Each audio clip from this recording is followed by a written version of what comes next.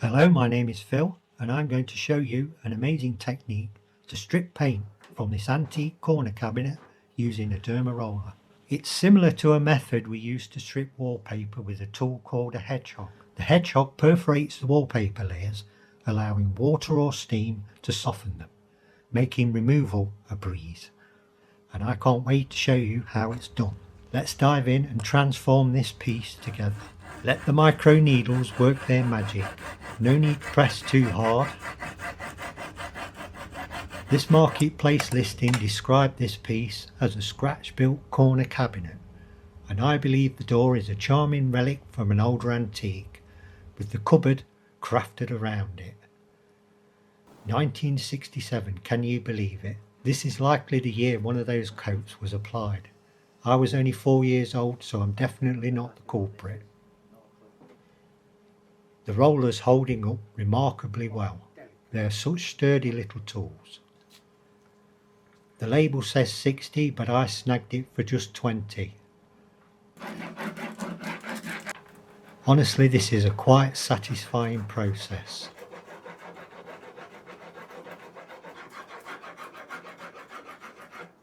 The hardware's in the way, so I'm taking it off.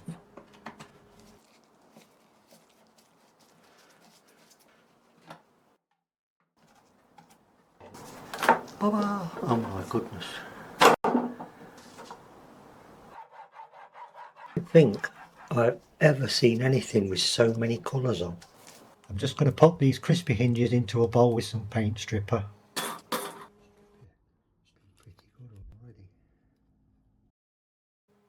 The door has remnants of some kind of art stuck to it, possibly from the 1930s, maybe a magazine cover. Once I'm satisfied I've perforated the surface completely, I'm giving the whole thing a good wash down with soapy water. This will remove all traces of grease and grime, which if I left could create a barrier to the stripping gel. And once it's completely dry, we can apply the stripper.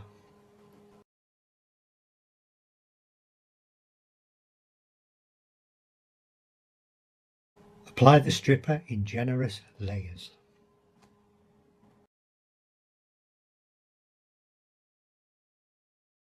Even when the paint starts to bubble, keep applying the stripper.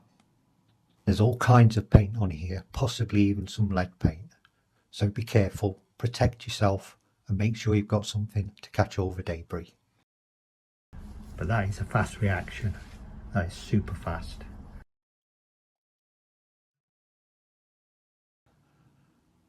This method isn't going to remove all the layers in one go, but it's going to make it easier because it softens the layers below.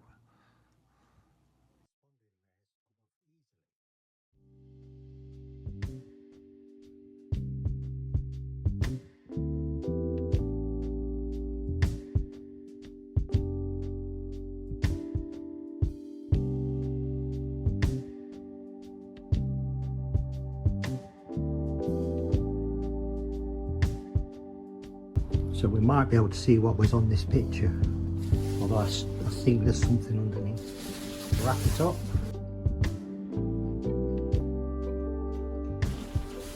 So while the stripper does its work, it's time for a quick cup of tea, and I can't help wondering if there might be some marquetry underneath, but we'll find out together.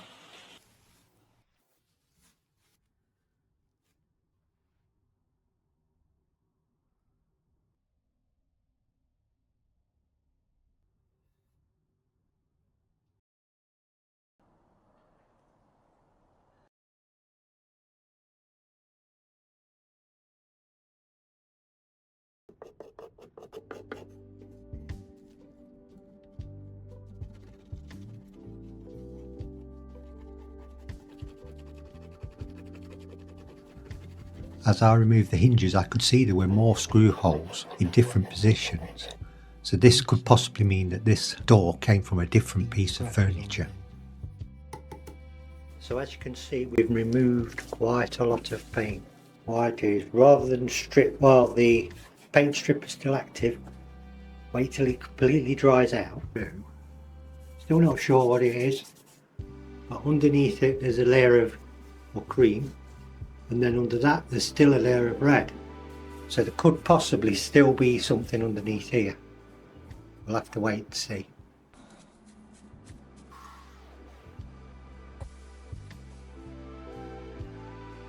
So I'm going to derma roll it once more and apply more stripper to soften it up again. Thankfully I don't think there's as many layers on the inside as there is on the outside. And it's time to see what's under here.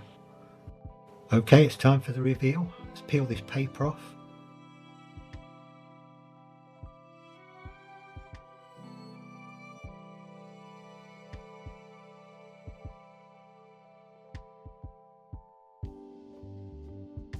Vice and Seed, this is a gardening magazine.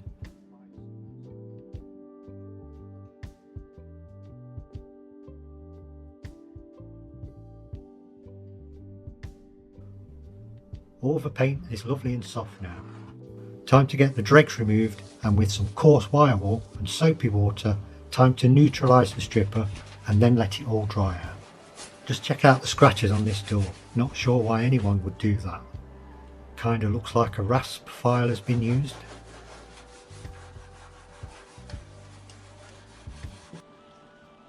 The tile scourer does a great job of removing the final bits of debris. And while that dries, I'm going to strip the steel hinges and catch, which is brass by the looks of it.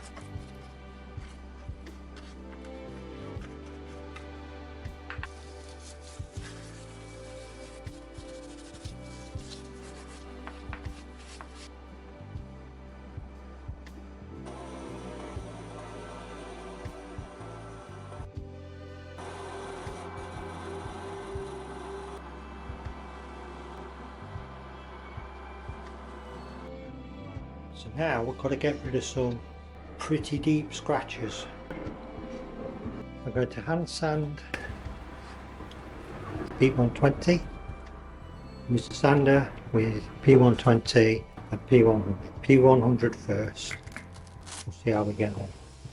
The sander is making easy work of getting rid of the scratches.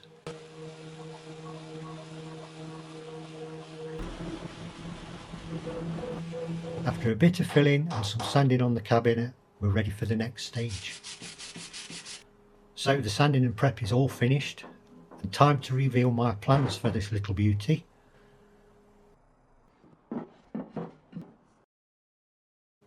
I'm going to rob this oak bookcase of some beading. We found this on the roadside, and the leaded glass door is all blown out, but I need some of this wood beading, which is perfect for an idea I have in mind. And use this cheap canvas print I got from a charity shop for £1. It's a print of the fable Christ the Good Shepherd by Bartolome Esteban Murillo. I'm not covering the whole door, I just want a small panel. I think it's only fair I took a picture off, so I'm going to put one back. The beading needs to be formed a little, otherwise it's just going to split. So my trusty steam iron does the job nicely. I then spray the beading with a couple of coats of gold spray paint. Before attaching these, I need to varnish the door with several coats of water-based varnish, which I've thinned down.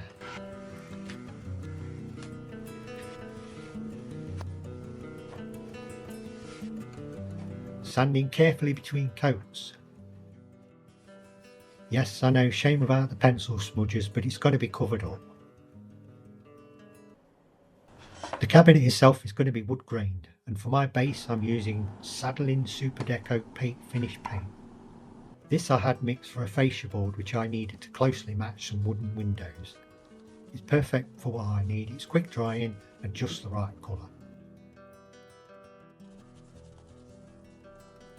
It's also designed to go onto bare wood, and while that dries I'm going to varnish the inside. I'm leaving the wood unfinished to retain a little bit of character. Another quick sand before sealing the whole thing ready for the wood graining process. It looks just like a posh bread bin now. Now it's all dry, time to use this great tip from the YouTuber LPJ Models, who uses artist oil paint to create a wood grain. Art oils are very strongly pigmented, which means they're ideal. It's such a clever idea and I've loads of these tubes knocking about. I chose my colour and thinned it up with turpentine to speed up the drying.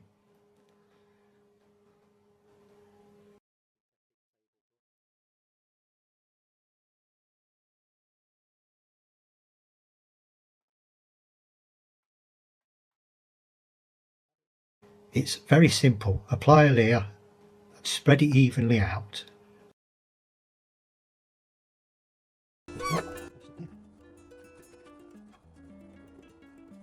And then with a stiff old sash brush I've got, I'm dragging the grain on top of the base coat. It stays nice and workable for up to an hour.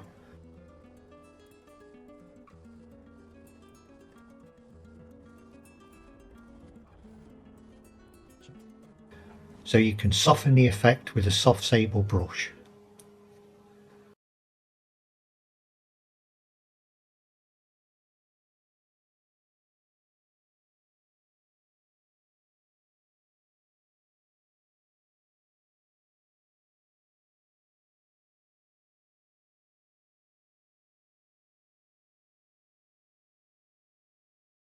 I kept the wood grain nice and simple to match the door.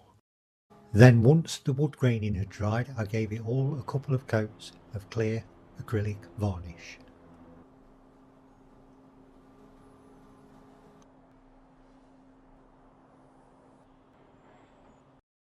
While this dries, I'm going to pre-drill the gold beadings ready for the pins to hold them in place.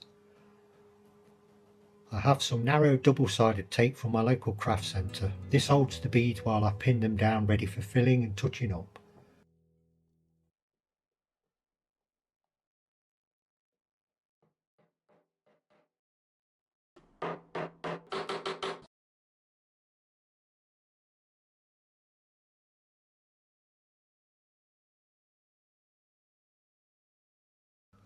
Then with a small brush and some of the gold paint I used to spray the beading, I touched up the filler. Next to the bare steel hinges, I need to match the brass door catch.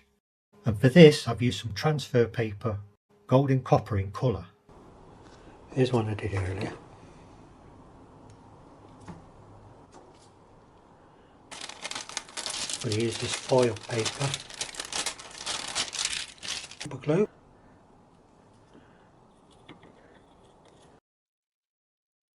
and then by applying a thin layer of super glue to the steel and then transferring it by rubbing with a craft stick and some wire wool to achieve a rustic style effect, which I think better matches the brass. Gold.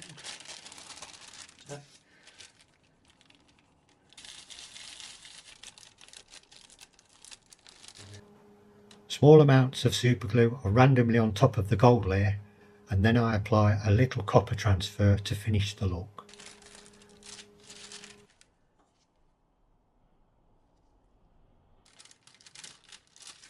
Because all the old screws were gnarly, I decided to replace them with new ones. I sprayed the new screws with gold first and then added a little copper transfer, and I'm really happy with those.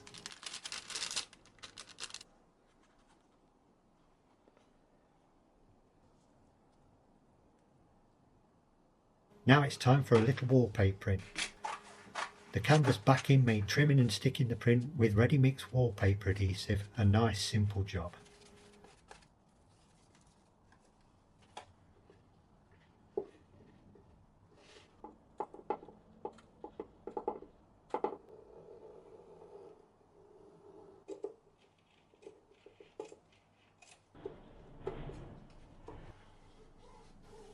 And there we have it, the finished product.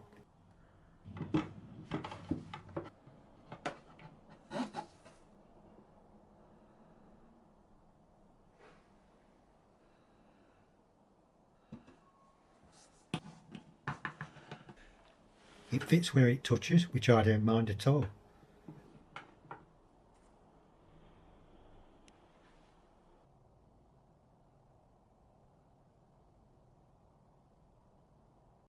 Ready for positioning in my narrow hallway, and yes, I did that, drilled straight through a cable. A few repairs later, and I think it looks great.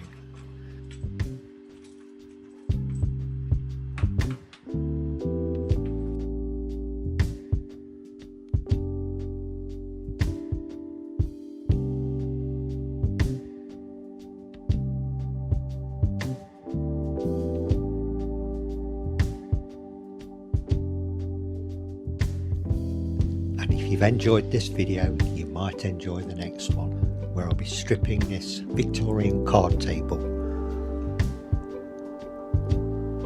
So thanks for being a legend and watching till the end, and I'll see you on the next video.